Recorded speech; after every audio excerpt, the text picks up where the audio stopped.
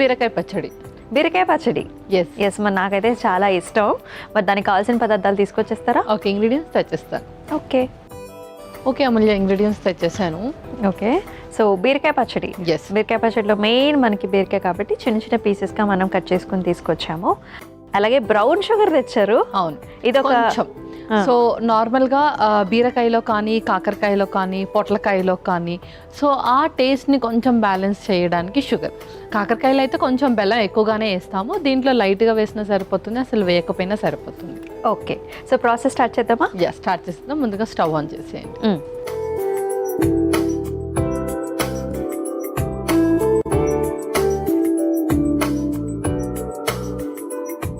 So ముందుగా కొంచెం oil వేసేసుకుందాం.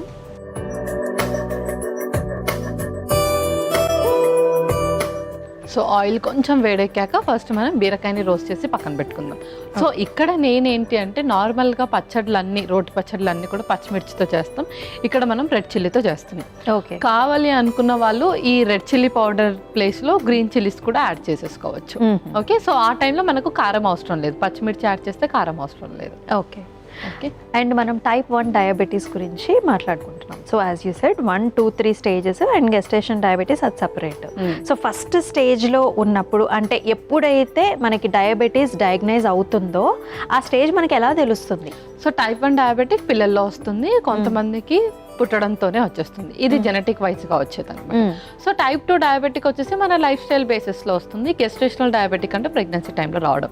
సో ఇప్పుడు ఏదైతే మనం మాట్లాడుకుంటున్నామో టైప్ 1, దీన్నే మనం జువైనల్ డయాబెటిక్ అని కూడా అంటాం. సో మోస్ట్లీ ఇది పిల్లల్లో చూస్తాం కాబట్టి నార్మల్గా పెద్దవాళ్ళకి కానీ, ప్రెగ్నెన్సీ లేడీస్ కానీ మనం ఏ డైట్ అయినా ఇవ్వచ్చు. కానీ పిల్లలకి ఇచ్చేటప్పుడు చాలా జాగ్రత్తగా, అంటే వాళ్ళకి డైజెస్ట్ అవుతుందా లేదా, వాళ్ళకి ఈ ఫుడ్ తింటే ఈ బెనిఫిట్ కాబట్టి ఖచ్చితంగా తినాలనే థాట్ కూడా ఉండదు. సో టేస్టీగా కూడా ఉండాలి and at the same time వాళ్ళకు కూడా కొంచెం ఫైబర్ ఎక్కువగా పెడుతూ కార్బ్స్ అనేది తగ్గిస్తూ పెడితే సరిపోతుంది. ఇది వీళ్ళకి ఎలా తెలుస్తుంది? సో ఫస్ట్ నేను ఏదైతే పుట్టడంతోనే తెలిసిపోతుంది అని చెప్పానో అలా తెలిసిపోతుంది. లేదు అంటే కొంతమందికి ఫ్రీక్వెంట్గా యూరినేట్ అవ్వడం కానీ, అండ్ అలాగే చాలా మందికి ఏంటంటే త్వరగా చెమటలు పట్టిపోవడం, పిల్లలకు కూడా అంతే, పిల్లలు త్వరగా అలసిపోవడం. సో అలా కొన్ని సిమ్టమ్స్ ద్వారా తెలుస్తుంది. అండ్ మోస్ట్లీ ఇప్పుడు హాస్పిటల్స్లో కూడా మదర్ అండ్ ఫాదర్స్కి లేదంటే గ్రాండ్ పేరెంట్స్కి ఉంటే ఆటోమేటిక్గా వాళ్ళు టెస్ట్ చేసేసుకుంటున్నారు అనమాట. ఓకే, సో ఆయిల్ కూడా హీట్ అయింది. ఫస్ట్ మనం బీరకాయలు వేయించేసి పక్కన పెట్టేసుకుందాము. అలాగే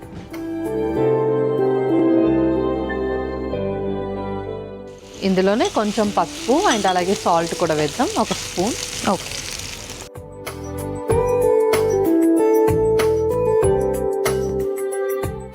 సో కొంచెం సాల్ట్ త్వరగా మగ్గిపోవడానికి, అండ్ అలాగే కొంచెం పసుపు కూడా.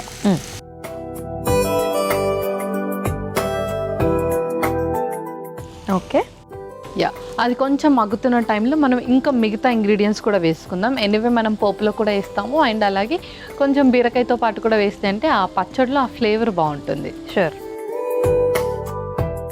సో కొన్ని పల్లీలు కొంచెం ఇలా సైడ్కి వేయించేసుకుందాం. అలాగే కొన్ని పల్లీలు,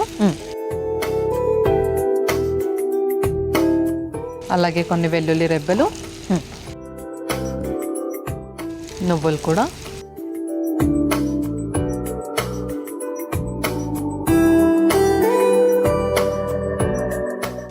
నువ్వులు ఎంతైనా ఏ రెసిపీలోనైనా చక్కటి ఫ్లేవర్ని ఇస్తాయి కదా.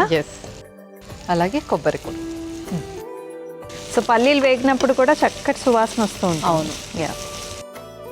సో పల్లీలు అంటే గుర్తుకొచ్చింది, ఇప్పుడు టైప్ 1 డయాబెటీస్ ఫర్ చిల్డ్రన్, ఇప్పుడు వాళ్ళు మరి పల్లీలు తినచ్చా? సో పల్లీలు ఫ్యాట్ కంటెంట్ ఉంటుంది కానీ ఇంకా షుగర్స్తో దానికి ఏం సంబంధం ఉండదు. ఓకే, సో టైప్ 2 డయాబెటిక్లో అదొక సిమ్టమ్ ఏంటి అంటే వాళ్ళు వెయిట్ గెయిన్ అయిపోతూ ఉంటారు. అందుకని చెప్పేసి వాళ్ళకి ఏదైతే ఆయిల్ సీడ్స్ ఉంటాయో అది కూడా మనం తక్కువ చేయమంటాం, just because of the reason is weight gain అవుతూ ఉంటారు కాబట్టి. సో ఎవరైతే వెయిట్ గెయిన్ అవరో వాళ్ళు ఆయిల్ సీడ్స్ తీసుకోవచ్చు. ఓకే, అంటే ఎక్కువగా కాకపోయినా మిత్తంగా కొంచెం.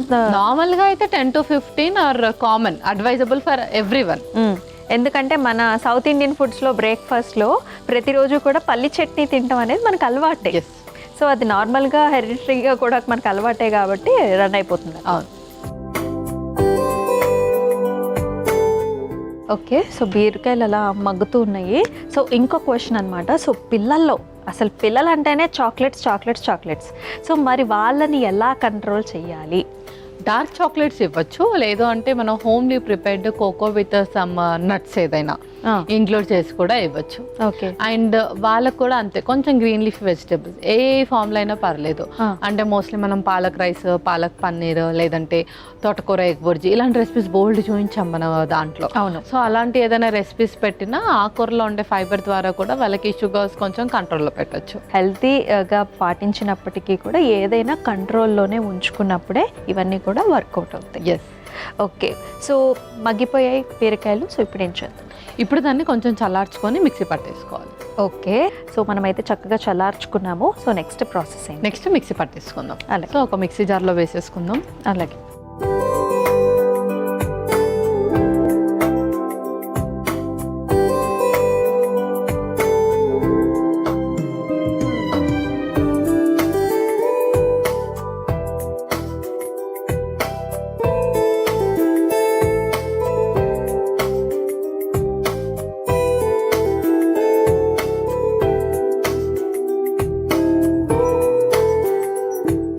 ఇందులోనే మనం కారం కూడా వేసేద్దాం. అలాగే కొంచెం సాల్ట్. ఓకే, ఆల్రెడీ బీరకాయలు వేసినప్పుడు కొంచెం మగ్గడానికి వేసాం కదా, ఇప్పుడు కొంచెం లైట్గా brown sugar, just ½ teaspoon కూడా కాదు, 1/4 అంతే వేసేసుకోవాలి. ఇప్పుడు ఇంకా మనం ఇది మిక్సీ పట్టేసుకుందాం. ఓకే.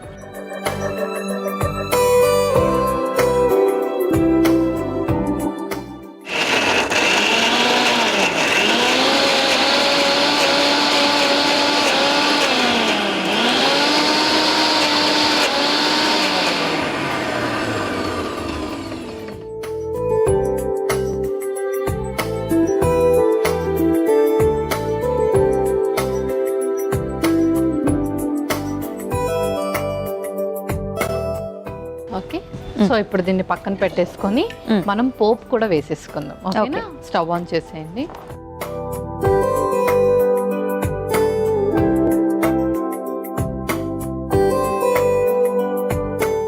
ఫస్ట్ పోపుకి కొంచెం ఆయిల్ వేసేసుకుందాం. అలాగే. రోటి పచ్చడిలో మనకి మెయిన్ పోపే. మంచి ఫ్లేవర్ వస్తుంది అండ్ చక్కగా చట్పటామంటా ఉంటాయి. అవును. సో పోపులో ఫస్ట్ మనం ఆల్రెడీ వెల్లుల్లి అందులో వేసుకున్నాం అండ్ ఇందులో కూడా కొంచెం వెల్లుల్లి. ఓకే,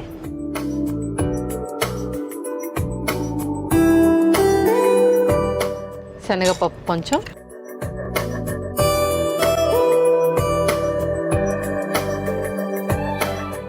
మినప్పప్పు,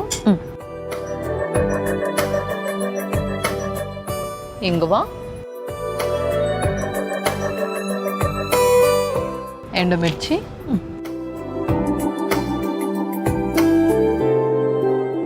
అలాగే కరివేపాకు.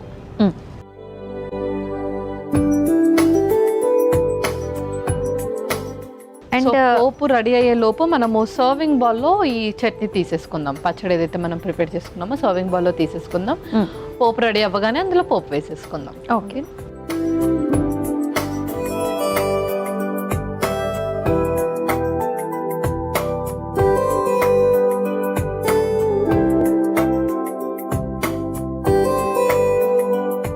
ఒకసారి పోపు కూడా కలిపేస్తాను. సో పోపు రెడీ అయిపోయింది, మనం వేసేసుకుందాం పోపు కూడా. ఓకే.